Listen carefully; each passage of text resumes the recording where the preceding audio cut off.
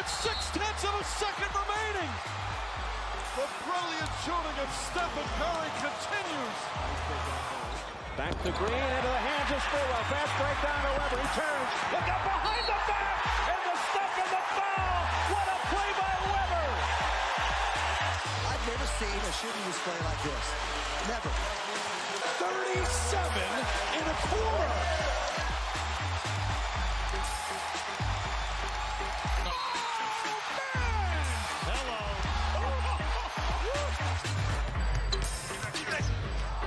Curry, Amrod shakes the ball out of his boot. He takes a little swing and misses. Curry splits the defense behind the back. Fires a three. Oh, he puts it in. What a spectacular move. That could be the greatest move I've ever seen. Here's Curry for the record. It's good. There it is. Stephen Curry, the all-time three-point king in the NBA. Fuck it. We'll do it live. You are in. Settle with me, Bram, no Marcus today, but joining me per usual, my master of all things video and sound, Maxime. How's it going? Maxime, I'm fired up to tell you that we do have a guest today. Jason Dumas is going to be joining us kind of as we go. He'll catch up to a speeding train. But before we do that, I figure we spend a little bit of time, I don't know, create a safe space, get some of this Laker angst out of our fucking system, and then start looking towards next season, man. Let me start here. How are you? Where are you on your stages of grief? I literally looked these up. So the 5 stages are denial, anger, bargaining, depression, and acceptance. Where are you on your grief journey? Man, is it possible to be in the middle 3 all at the same time? Like, I'm depressed. I'm also already thinking about trades and how to, run it back for next season. And I'm also pretty angry. I do not listen, I'm obsessed with basketball, so I'm going to watch each of these conference finals games, but I am so angry with the Lakers. I don't want to watch that series. I just want Denver to beat them 4-0 and move on. If I had a button that could cancel the rest of the NBA playoffs, I would hit it 1,000 times right now. I'd regret it. I love NBA playoff, but man, was I frustrated at this play down. And I think there must be a mistake. Google must fuck up, because I think there's actually 6 stages of grief, because I'm in the fuck LA forever stage. And so I don't know where that fits into these 5, but that's just firmly where I plant. I've got a ton of forward-looking questions, things that will deal with an offseason that is crazy important. But like I said, dude, we got to get some of this stuff out. So one glass half full before the golden questions. Look back at that Laker series. Give me something you don't or you do. And again, safe space. We can be honest with our frustrations. And I'll start us off. Here's what I don't like. I don't like that this team all year told us that they were not a title contender, and I refuse to listen. I was deluded myself the entire way. We started the first podcast we did with the postseason. I dropped that quote of, if somebody tells you who they are, listen. I didn't follow that advice. I didn't. Throughout the year, all these stupid little things that ultimately doomed them in the playoffs happened. They showed us over and over again. Turnovers, thin rotation, young guys weren't ready. Even the weird free throw misses. We were seeing that from Steph and JP the whole year. And the fact that I could look at that and then decide, nope, they're winning the title, I don't like that. That's on me. I don't like watching entitled ass LeBron walk around. So look, dude, I've come to I heard Kerr say they maximized the talent on this roster. It wasn't a championship team. I agree. They're not going to win every time. They didn't win a title this year. It's okay. We can come to terms with that. But losing to that Laker team really bothered me, and I forgot how much I hated watching LeBron win a series. Just the way he carries himself and the way that he's constantly working those fucking refs. And the thing that I don't like the most about that, I read a little blip today that said that the Last Dance people are for the same people who filmed that documentary are following LeBron around this postseason and filming it. And the idea that we could have beat him on that Last Dance documentary would have been so satisfying, so that he got a win over Curry during what's probably going to become a national documentary. I don't like, Maxime. Fuck LA forever, just like I said. Fuck. I didn't know about that. I don't know, man. We're going to need to move forward pretty quickly here, because that did not put me in a great place. Shit. I didn't specifically, I was listening to a podcast today. I can't remember which one, but they were debating whether or not Steph Curry was more like LeBron James or more like Chris Paul. And the fact that the narrative has already switched from, I mean, this time last year, we were hearing, oh, it's over. The 2010s were Steph Curry's decade, to now that, this is the ad nauseum. We're never going to hear it again. Denver better beat the Lakers. My goodness. And if they don't, the Lakers better lose in the championship game, because I do not want this 5-4 ring situation coming to pass. Chris Paul? Who the hell is contributing to any idea that Steph is like Chris Paul? Chris Paul hasn't won shit. Let's settle down on that. Closer to Chris Paul. And actually in the commentators, it was a question that was written in, and the response was no, he's definitely closer to LeBron. But the fact is that now we're back in this narrative of who's better when, come on, he beat him in one series. This is ridiculous. Steph is still better. I didn't like seeing Klay Thompson continue to take just ill-advised mid-range shots and three-point shots that did not inspire confidence. Like you said, I thought what we were going to see was a bunch of 16-game players play 16-game type games. And instead, what we saw is a continuation of the exact same shit that we saw as problematic through the regular season. And to me, there's so many things. We could talk about Jordan Poole. We could talk about not seeing Kuminga. But to me, it was encapsulated in watching somebody that I love, maybe my favorite player, Klay Thompson, continued to take baffling shots in a really, really sad ending to this run. Fucking inconsistent too with Klay, right? He's a guy we think is aloof, never gets in his head, just never takes anything too seriously.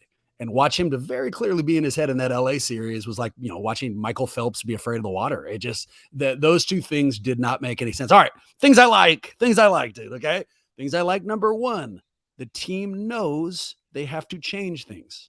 I honestly believe they lost this year when they won last year. When they won that title last year, it underlined this notion that they could go after two titles at the same time, the two title window thing, which was bullshit last year, that, the young guys didn't actually have to contribute. So this year, now that they've come up short in a pretty frustrating way, there's none of that bullshit anymore. You're already hearing from Kerr that losing helps put the mirror up to you. So they know they need to make improvements. They know that two timeline process didn't work, and we can expect them to make real moves to fix those problems. Yeah. I'll give you something else I don't like, do like. Honestly, somewhere in between. I'm not sure. Just a random thing. So I watched those last two games in LA. I went to Disneyland with the family. I mentioned it to you guys. And watching playoffs in enemy territory, even if it's the happiest fucking place on earth, is a very weird thing. It's about as close to gang warfare as I ever want to get. I know, I wasn't fighting with anybody, but I wore nonstop Warriors gear. And in fact, I only brought Warriors shirts. So the day after they lost, I'm wearing both a hat and a shirt, already too much. And I get within 50 yards of a Laker fan you can tell by the colors. We never said anything, but the second we were in each other's peripheral vision, you kind of tense up and you kind of hate them immediately. So it entertained me. It bothered me. I don't know, don't like, but watching it in enemy territory was one of those things. Here's my last question, looking only at the Lakers series. If you could go back in time and you could select it, would you have preferred they lost that game 7 against Sacramento? And we never had to watch LeBron walk around? Or are you happy they got out of the first round and lost to AD and the Lakers? No. I much prefer it this way. I think there's something about all of the narratives that were, listen, I think people expected the Warriors to win, but nobody is out of their mind surprised that the Lakers won. Whereas everybody was saying, oh my gosh, this is the most favorable matchup, right? Sacramento Kings fans haven't won anything. This is their first playoff series in 2 decades. If we'd lost in game 7, that would have been a dynasty killing type of a situation where you start having to really look at yourself in the mirror. Here, it's LeBron James, right? One of the greatest of all time. Sure, he took us down. Anthony Davis had 4 good games, enough to get them over the hump. No, I think this is a much more respectable exit than it would have been had we lost game 7. But what about you? Depends on when you ask me, when we got our ass kicked game 1, I probably would have hit that, go back in time and lose to game 7. But looking now, the mortality portion of it, right? Like Malik Monk calling us old and us playing against a younger team against Sacramento, that loss would have been uglier for me. Yeah. And so to kind of cement who the Warriors are over Sacramento and then still taking the loss, yeah, I'd take that even as frustrating as it was. All right. Golden questions. As you know, man, is our mailbag. This one both deals with the Warriors and gets a little bit personal. And here's our first quote. The Myers news has gone from no news is weird news to genuinely concerning. How important is re-signing Bob, and do you think he'll come back? So kind of a two-part question here. I'll take the first part first. How important is re-signing Bob? Let me phrase it this way. I think the Warriors have a real fucking important offseason. I think it's one of the most important offseasons they've faced. And the maybe biggest thing for me is whether or not Dre and Klay, when extending their contracts, if they extend their contracts, is willing to take a pay cut. And that's not going to be an easy thing. That's a hard conversation built mostly on relationships and respect. If I had the world's population to pick from, I mean, I had a machine that let me, however many billion of people are in the world, I could use this machine and to let me pick anyone I wanted to go talk to Dre and Klay and cut their contract back. You know who I take? Bob Myers in a heartbeat. There's nobody else I'm thinking of. And so to lose him, the one person in the population of the earth who can help pilot us through that in particular situation, is that an important loss? Yes, a very important loss. So I really hope he stays. Now, will he? So I'm not going to give you the names, but I shot out texts to a lot of our guests just to see what they thought. The text was this. If you had to guess, do you think Myers will resign? Here's the answers I got. Quote, 50-50, I lean no. Quote, no idea, seems like either way. Quote, I don't know, but it's starting to feel like he's gone. And then finally, no clue. So these are people who cover the team in some instances. I mean, we've got some people who kind of know what they're talking about here. And they might be a little hedging towards negative, but they don't know, so it's really just a guess. Before I give mine, let me turn it to you. How important is it to sign him? And what's your guess? Man, it's extremely important to re-sign him. You just laid out all the exact reasons. We're in a situation right now where we know that Klay Thompson wants a big payday, and we know that Klay Thompson probably should not get a big payday, even though I want him to stay on this team, not even though, right? And these are very, very fraught, difficult tensions that need to be discussed. And right, it's Bob Myers or the field. I don't even care. You could get Barack Obama in there, right? And an amazing negotiator who I know everybody likes. Bob Myers has history with these guys. They trust each other. So there is literally nobody else that I would rather have in the room. But do I think that he gets re-signed? No, I really don't. One of the things I saw, friend of the podcast, Connor Letourneau, had an article in the Chronicle today or yesterday breaking down the Myers contract. And, one of the things that we learned recently is that actually Lacob has offered him significant money and multiple times throughout the year. And the reason that Bob Myers hasn't taken it is because he's thinking about maybe wanting to make up for lost time with his family. That's, those are laying out. This is a very smart man who constantly lays out breadcrumbs as part of his job in the GM world. Laying out breadcrumbs, right? Getting us prepared for a very, very legitimate reason, right? This is not Bob Myers wants to go sign somewhere else, which was my fear the whole time. This was Bob Myers is maybe done being a general manager, at least for the time being. And so, it's not about him wanting to go take on a more cushy, lucrative job. There is none. This is an amazing place to be. We still have Steph Curry. There's absolutely reason to believe that we could run it back, especially when John Morant is flashing guns and Zion Williamson continues to not be present for games. The window is still open in the West. And yet I think Bob Myers justifiably, right, is done with the grind of this and is ready to move on. Connor also appeared on the Murph and Mac show on 680, which incidentally pissed me off. What the fuck, dude? He hasn't been on this show forever since the whole no credential thing. Connor, if you're listening, come the fuck back on, dude. Murph and Mac don't have the relationship with you that we do. But in that interview, he basically expanded on what you just said. And one of the things he dropped was all of us have been situations within our career where you're just looking for a new challenge. Not that you don't like it, not that you don't like the coworkers, not that you're done with the profession, just that you kind of need a new step. And that combined with the fact that he might want to spend more time with the family makes this thing pretty onerous, which leads to my guess. MT, good to see you. We're talking about whether or not Myers is going to return and how important it is to have him. My guess is he's gone. And the fact that it's gone this long, like we're not talking the beginning of the postseason anymore. This isn't the All-Star break. We are about a month from the draft. I mean, we're on top of this, and that there's any uncertainty now really hedges towards he's gonzo. In my mind. MT, catch up to a speeding train. What do you think, dude? Is Myers going to come back? I'd like to be optimistic and think so.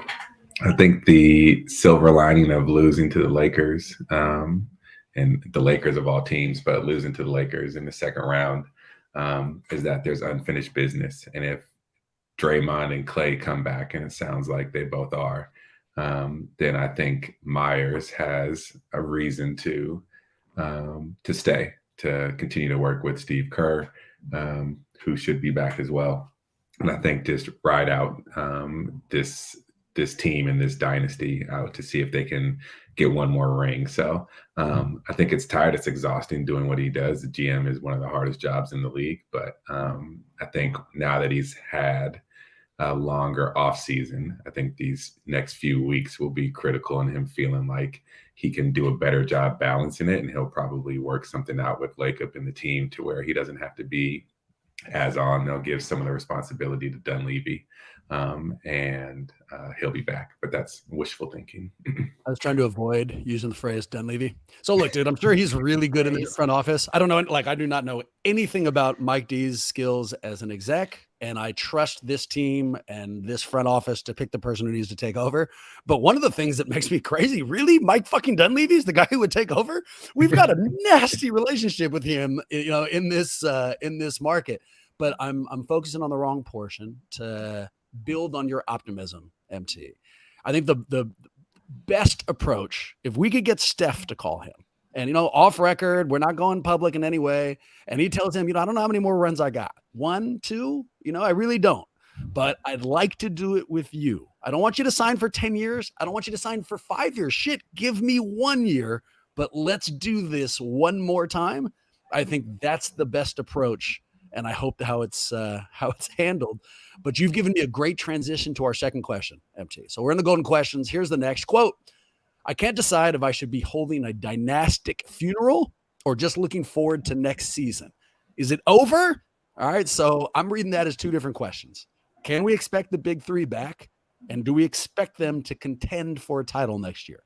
Because if you look out there, some people are, all right, it's great to have the Warriors in our life. Too bad it's done forever. And then there's a maybe even larger crowd that's expecting them to retool and be even more aggressive and right back there. So before I get your guys' answers, play the quote from Draymond on this, Maxime, if we've got it. I was talking to Klay as we were sitting at the table last night. Ty, Klay, Steph, and myself, just like how important and big of a summer this is, like how locked in we need to be. No, I don't think this is it. I'll say it right here for you. This isn't it. We plan on doing this thing again. That's the plan. Obviously, this is a business and things has to take place. I get that. But we plan on doing this again. And the first thing he said, hell yeah, I still want to be an all-star again. I still want to win more. I want to do all of these things again. And like, that was great. Number one, to just be able to sit there and have that conversation. Like you always talk about like bands breaking up and like this thing get too big and that thing get too big. And like to still have those conversations 11 years later, that's why we win. And that's why we will win again. Love the confidence. A few things stick out. Here's the first. What the hell was Ty Jerome doing in that conversation? I like Ty Jerome, and like I can associate if I was him and they start having this conversation around me, and they're like, are we going to rent it back? And then they turn to me, Ty Jerome, like, Ty, would you like to be a part of it? I'd have to try so hard to like not overreact, probably like try to have some hedging to pretend I really was a part of the core. So good for you, Ty Jerome. I mean, this season started with me saying I thought he was a second baseman. Now he's having fucking foundational conversations with Klay Thompson and Draymond Green. So things went well for Ty, but I'm bearing the lead. So we heard Draymond. Sounds like he not only expects the big three to be back, expects them to continue to contend.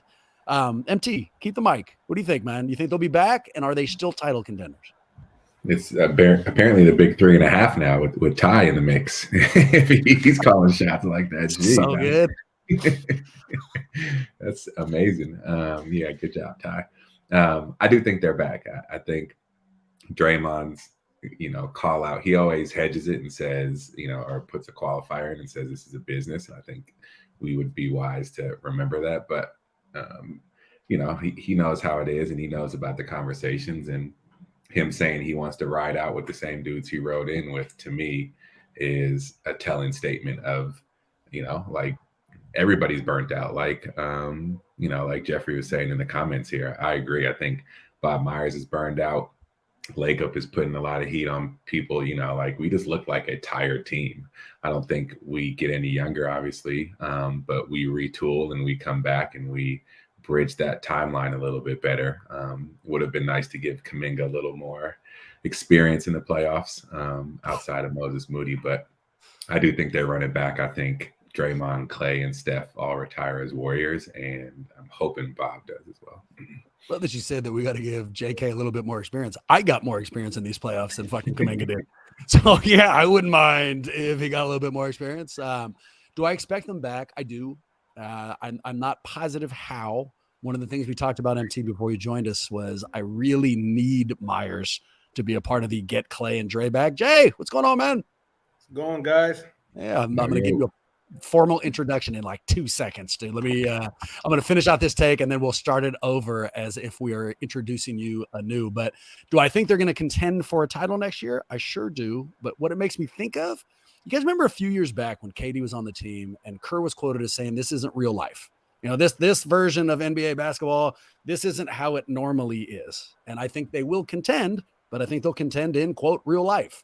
Then there'll be one of, 5-6 teams that have a shot, and that they're not going to be guaranteed anything. And then it's going to be angsty and hard and challenging, but that's what it means to have a title contender, not a title dynasty, And so that's where I think they will be. But much more importantly, rejoining us after way too long, the sports director for Cron 4, a host on 95.7 The Game's airways, a former member of ESPN, a sports anchor with experience in North Dakota, Louisiana, and Maryland, and a guy who just personally attended what I felt like was an incredibly important Steve Kerr presser, Mr. Jason Dumas. What's going on, Jay?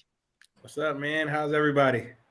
Been good. I think you know how we are, dude. Yeah, I'm not that well. I just watched my fucking favorite team lose to my least favorite team. So I'm not doing super good. And I don't think Marcus is either. I think he was just being nice and polite. So it is what it is. But Jay, the Kerr presser. So what were your walkaways, man? Like how are you feeling after hearing that? And if it bleeds in at all, the question we were just asking is, do you expect them to look substantially similar next year? I mean, softball, what were your takeaways?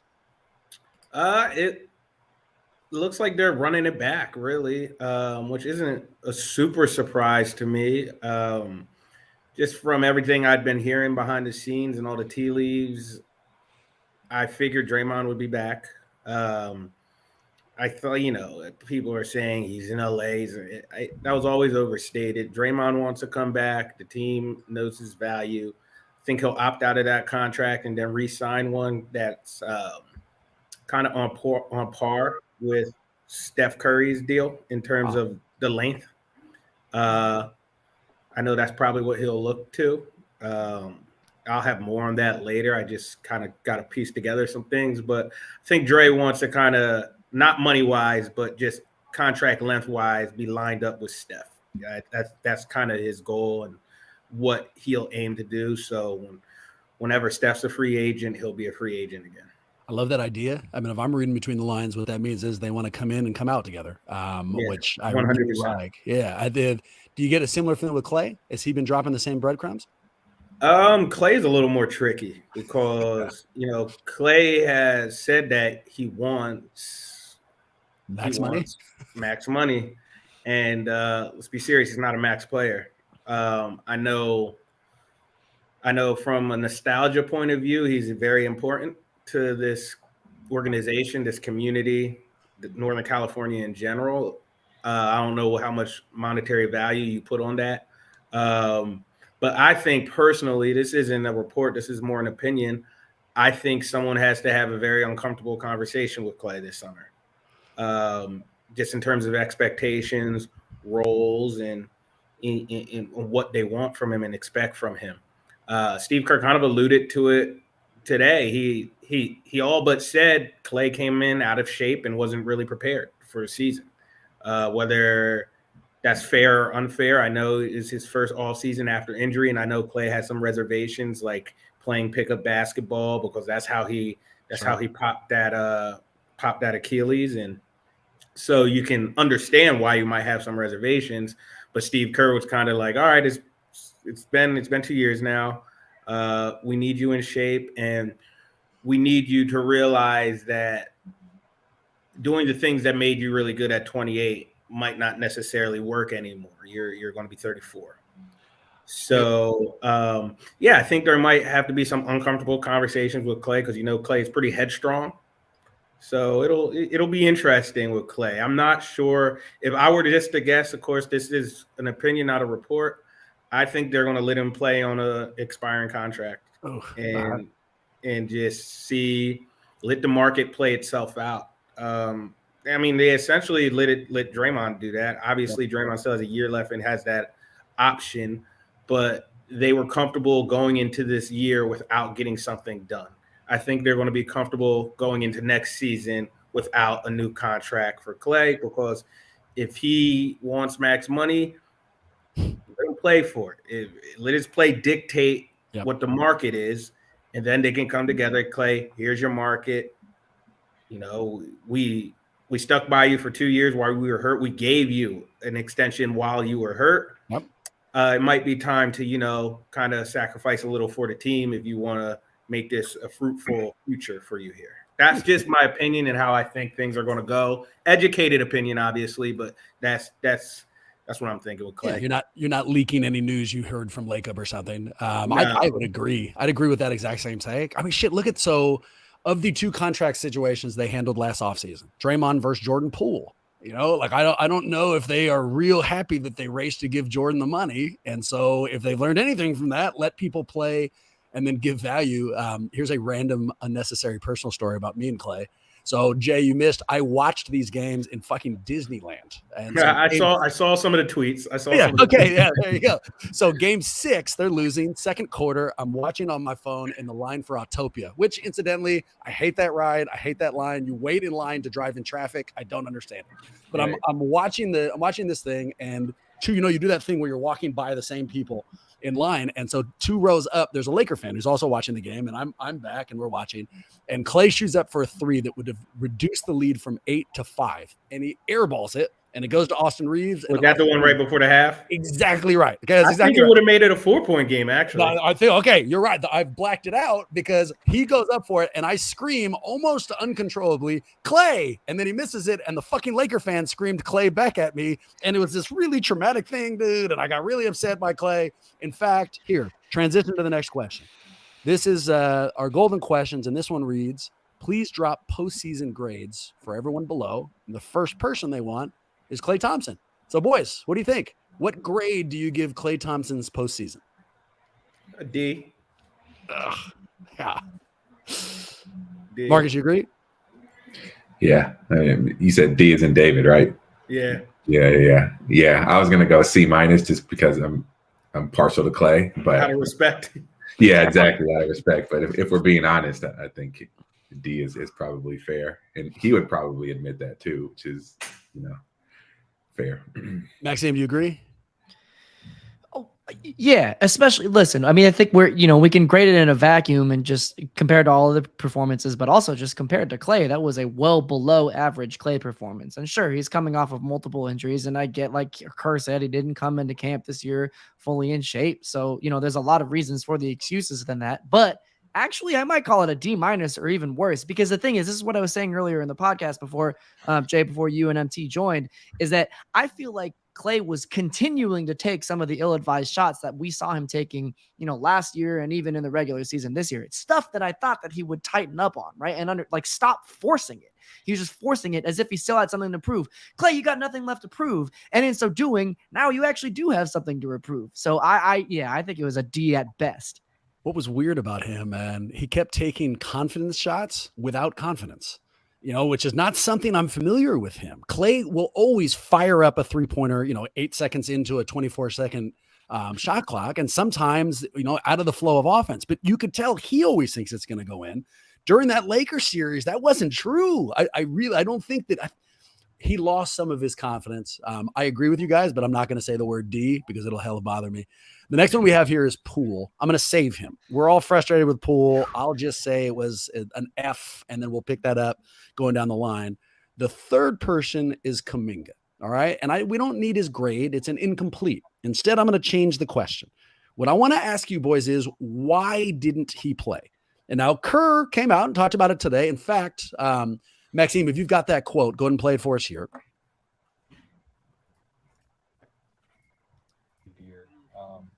Do you think Jonathan Kuminga can be a heavy impact winning player by next season, particularly in the playoffs?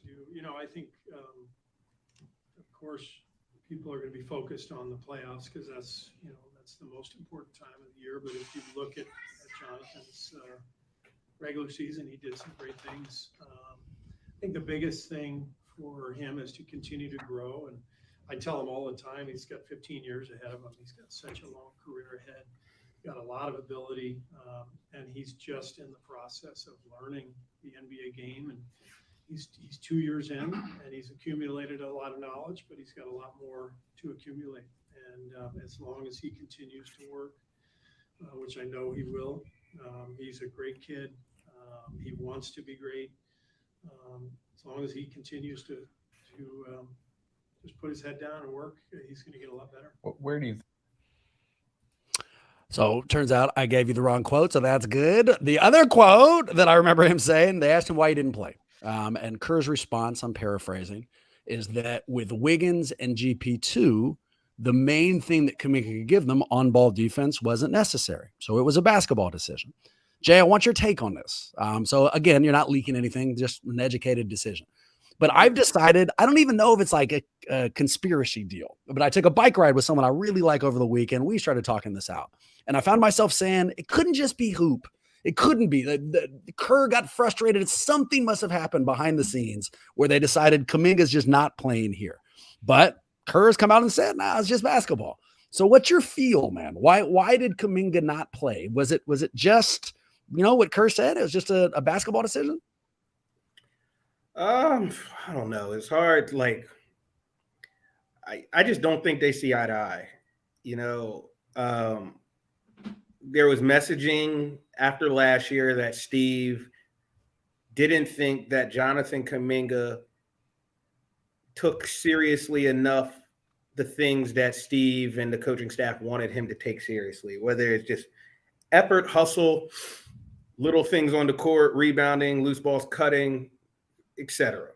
And I kind of thought it was fair after year one. Mm-hmm. Year two, he came in and he was still on that short lease. He eventually broke through that short lease, got into the rotation. And when Andrew Wiggins was on his hiatus, he played really, really well.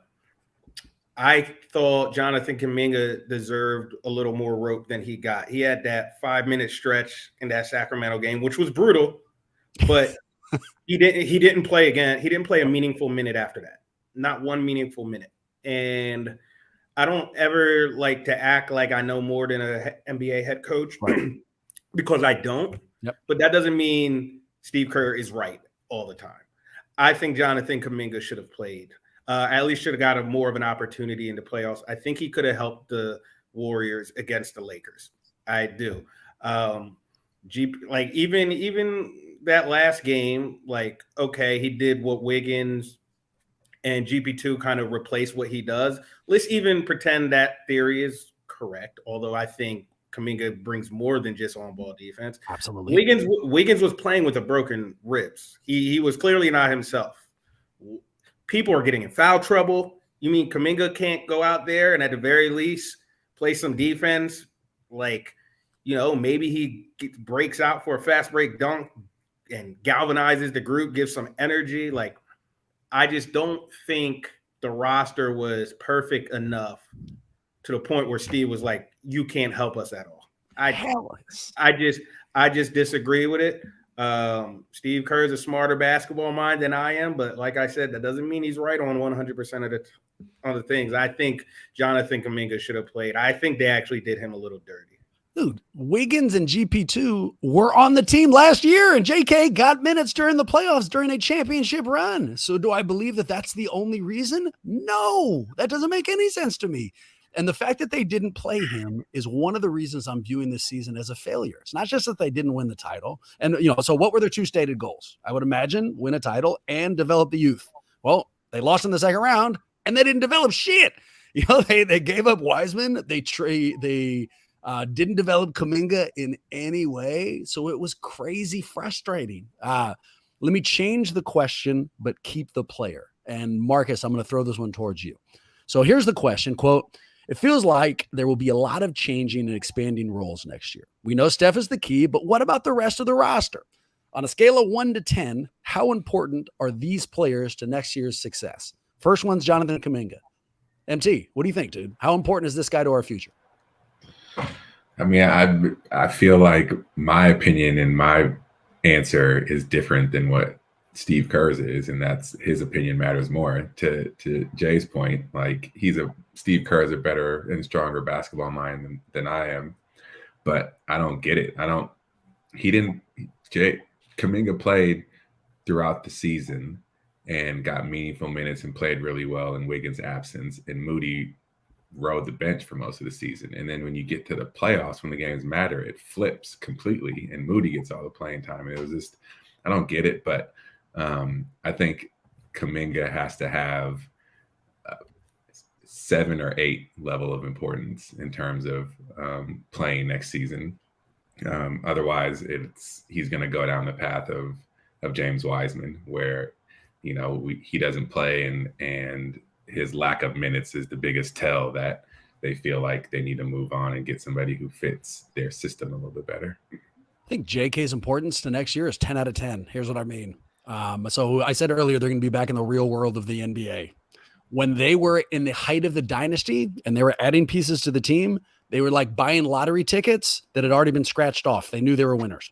You bring in KD, you don't need him to outplay your contract. You know exactly who the fuck he's going to be. Same with even Boogie Cousins. They got all these David West, all these known quantities that you knew exactly what it was going to be. And then, of course, they raised them up. They were buying winning lottery tickets.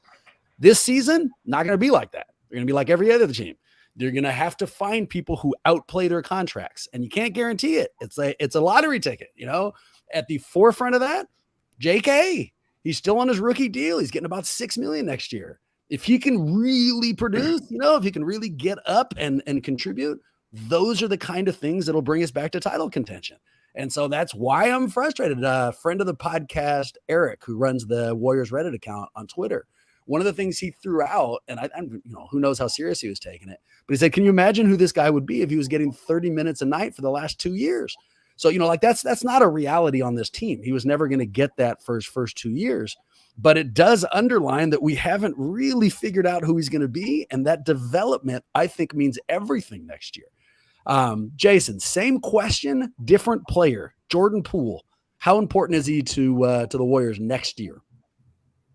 He's important for a multitude of reasons. Before I get into it, I just wanted to add to what you said, another thing Steve Kerr said about the young guys is Moses Moody would be a sophomore at Arkansas right now, and Jonathan Kuminga would be a sophomore at whatever college he chose to play at if he went the college route. And people at that age, they don't play winning basketball in NBA playoffs game. But tonight we're going to watch Christian Brown on the Nuggets, a 21-year-old. He's been playing 14 minutes a game in the playoffs. He has a role.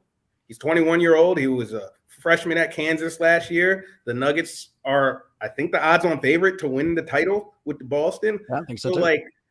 That's just an excuse. It's just an excuse. No one is saying Kuminga should be playing 35 minutes a game and be on the floor in the closing minutes of playoff games. But to say that he can't help at all because he should be a sophomore in college is just objectively not true, because we'll see somebody help the Nuggets tonight who should be a sophomore in college. So we can just say that's objectively not true. Young guys can help playoff teams. Sure. But to Jordan Poole,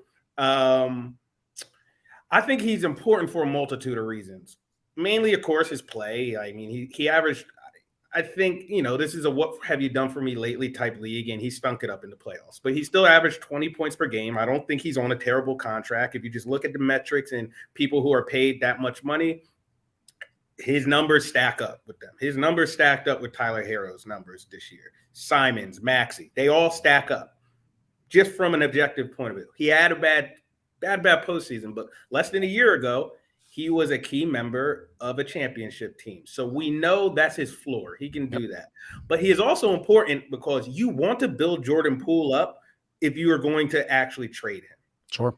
You can't shit on him. You can't drag him through the mud. They're going to have to continue to build his confidence because you can't. I think it would be dumb to move off him now because his trade value is at an all-time low. Yep. Build him up. Continue to give him boosts of confidence. Then maybe he starts playing better, and maybe, hey, the fit with Klay and some of the vets, we don't love it. We don't kind of love the kind of energy amongst them. We'll move on from him at the trade deadline, but you got to build him up to do that. So I think he is very, very important, not only because of his play, because contrary to what people will say on Twitter, he has a very tradable contract. His contract is not as bad as people think. So I think he's important because he could, at the very least, be a good player for them if they really, really want to lean into him. And he could be a good trade chip.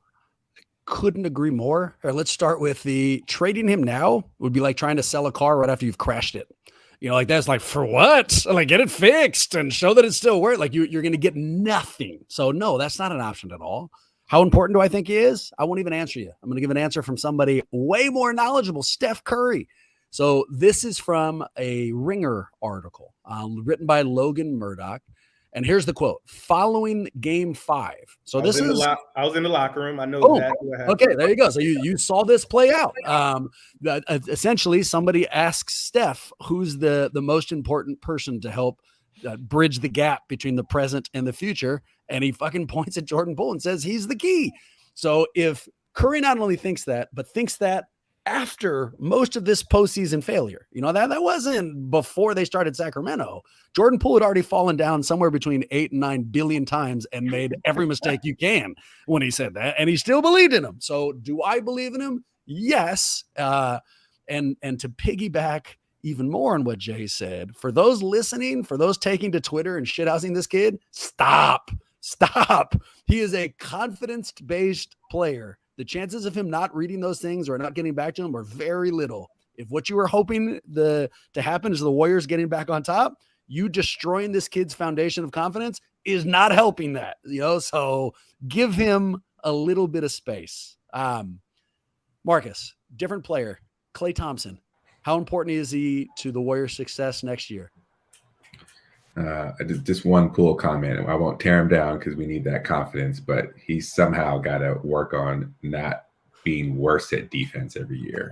Somehow he's getting worse at defense, as the season goes on. I don't know how you do that, but somebody, Ron Adams, somebody just needs to kidnap him and hold him in a defensive clinic for all off season, and stop getting physically weaker. I'm not sure how that's happening, but it feels like he's losing strength as his career goes on. So maybe we can stop that too. And suction cups on the bottom of his shoes. But other than that, yeah. Okay. Klay Thompson, 10 out of 10. I think he knows he had a terrible postseason, but aside from that, during the regular season, best statistical season of his career, most 3-pointers in the NBA. He started to get a little bit closer to his pre-injury defense. So he just had a terrible time to have a streak of not shooting the ball well. So, but I still think the entire dynasty and the success of the Warriors hinges on Steph, Klay, and Dre playing together and getting some rest and coming back and having a strength in numbers and the bench behind them to help them make it through the regular season. As somebody who spent most of his youth playing basketball by shooting jump shots and then went to Chase Center and shot a series of air balls because he was deep in his head, I can understand how there might be some excuses. For Klay Thompson, I got a judgment theater here that I'm really anxious to do with you guys. But first, I want to ask you this. Jay, to you. If you could pick one thing the Warriors do right this offseason, anything, build Poole's confidence, sign Klay to a lesser deal, re-sign Myers, bring in player X, anything, it's up to you what they do successfully. What is that thing? Have a successful, difficult conversation with Klay where his expectations are on par with reality. And he loses a bit of his ego. I think a Klay with a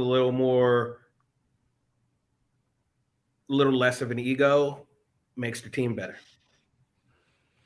Completely agree. It's Dre and Klay's contracts. I mean, it's that unlocks all the money that you'd get back there with the new CBA. That's what we need. So I'm with that. Different answers, boys. Maxime, MT, you got one thing? I saw an article.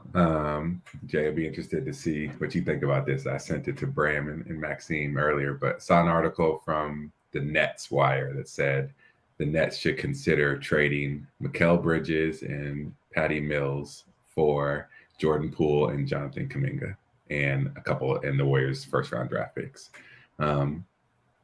That's mortgaging the future, obviously. Mikal Bridges is younger. Patty Mills is not.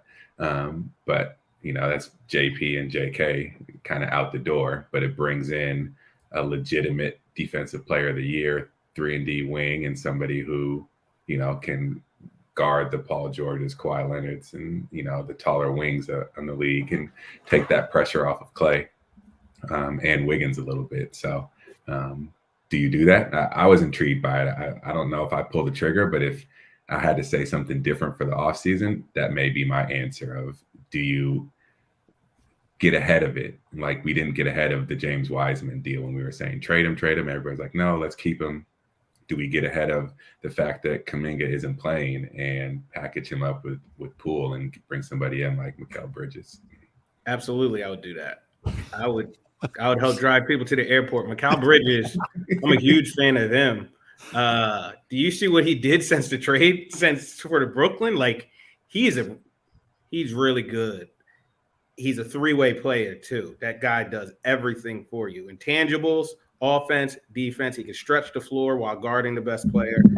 The defensive versatility you would have with Mikal, Andrew, and GP2 would be phenomenal. And he's not one of these defensive guys where it's like he can't shoot and it's hard to like pair him with people. He can shoot the ball.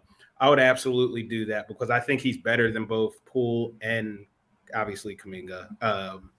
I would do that, especially with Kerr as Kuminga's coach. I'm not sure we'll ever see the best of Kuminga here in Golden State because there has to be some sort of disconnect between Steve Kerr and Jonathan Kuminga, in my opinion. Even if there's not a disconnect, it's just Steve Kerr is hell-bent on not letting young kids help.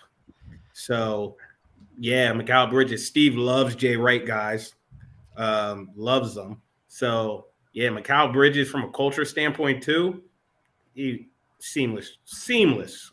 I don't think the Nets would trade him though. I think the Nets view him as like one of their future pieces. I think so too. And we're going to do a full trade podcast maybe in about a week. But what I love about that, Jay, I love the scenario just playing it out of my head. Whatever it is, Jordan Poole gets a text or he reads a tweet and he finds out that he's traded. And he's dealing with that and what that means. And then he looks out his window. He's like, is that Jason Dumas at my fucking door? And you're like, oh, time to go to the airport, dude. Like, hey, thanks for your help. We're in Southwest, you said, because you're out of here. Which perfect transition, boys. Judgment theater. Okay. This comes from my life. So as I told you guys, I went to LA, took Southwest, crazy small, flights is what it is. And the first thing the guy in front of me does immediately is slam his seat back. So now he's fucking on top of me. But his wife, who's sitting right next to him and in front of my wife, before putting her seat back, looks back in a move I've never seen and asks my wife, is it okay to put the seat back? And I've taken a million flights. I've never seen anybody be that considerate in any way. So the judgment theater is you guys find yourself on an airplane. How do you handle putting your seat back? Do you do it immediately? Have you ever asked anybody? And don't tell us. We're going to guess. You can start with me. So I get on that fucking plane. It's nice and full. There's definitely 3 people behind me. What do? Do I ask permission? Do I sit erect? What's the move? You go right back. MT? Yeah. +1 on that. I think you just go back. You don't slam it back, but you just slowly go back like this is happening and you're going to have to deal with it. Clean sweep, Maxime? Yeah, it's really unfortunate that this is like a domino effect, and like because it's different than if like somebody's coming back at you and you're like, oh, my only retribution is to then go back myself, right? And it's one of these dynamics where like maybe he's the type of person that just believes that you should not be doing that, right? Or so my buddy flew here to visit me last weekend and he flew first class, except he got the last row of first class. It was the first time he'd ever upgraded himself to first class. The last row, you're stuck in front of the toilets, and so you can't move back at all, right? And that's like where the buck stops, So I can see a situation where you're so frustrated. But anyways, yeah, I think you push right back. I just wanted to give some expository remarks there. You guys clearly don't realize what kind of a pleaser I am. I'll give you an example. I love Jay. We've gotten to know him. I consider him a friend now. Since he's joined this podcast, I've been sweating like a maniac because I'm worried that he's not having a good time. Like, that's who I am.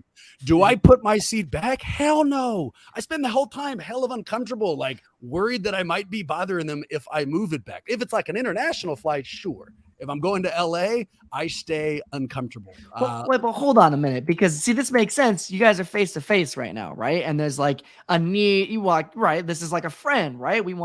This is somebody we care. This is the Warriors. This is a random dude. You don't ever have to look at this person literally, right? Not even when the plane gets off. You could just look straight forward. I don't know. It's like the petty shit. That's when you get into it. You're saying that like I'm following a logic flow chart. My logic flow chart is, Bram, are you crazy? And the answer is yes. And then I go to keeping my seat up, dude. Like it just is what it is. Let's go to Marcus. Here's my guess on him.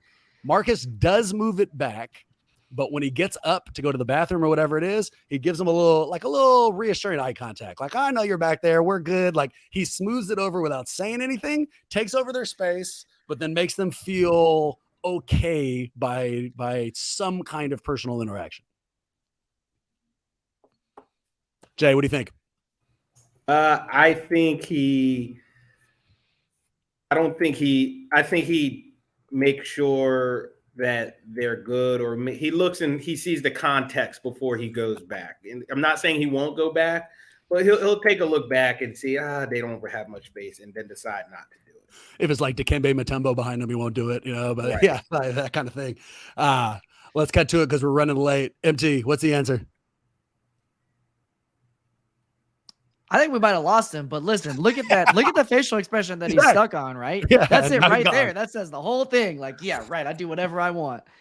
We'll never know for Marcus, unfortunately enough. Maybe he'll rejoin us. My guess for Maxime is you're like me. You stay erect. Although now that you've given us that, I don't give a shit about the anonymous person behind me. We now know the truth, but my guess would have been that you were a little bit more of a pleaser. Before we lose everybody, so we can turn to Jay, just give us the truth, Maxime, and then we're going to guess on Jason.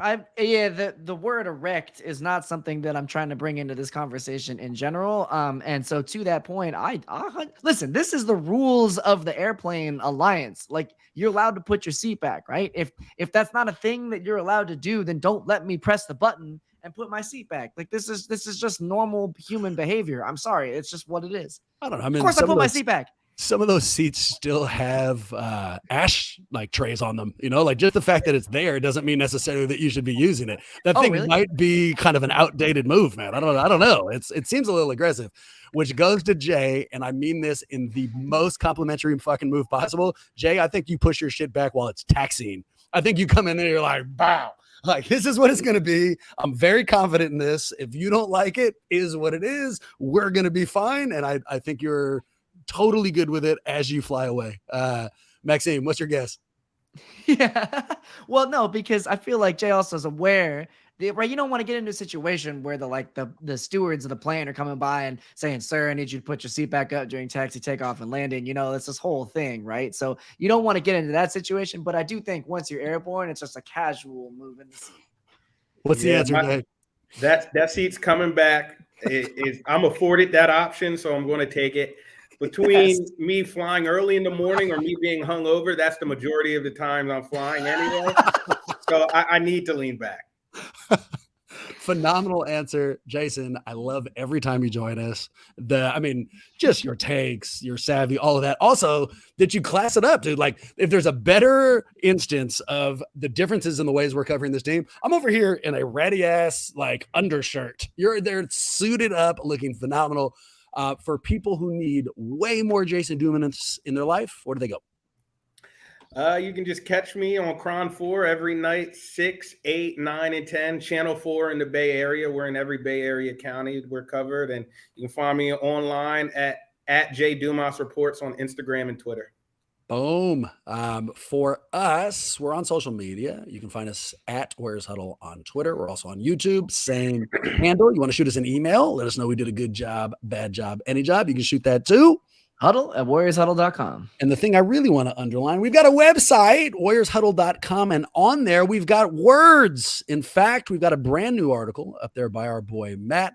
It's detailing what comes next from the Warriors. I suggest you check it out. With that in mind, go Warriors. Hopefully, we'll see you real soon.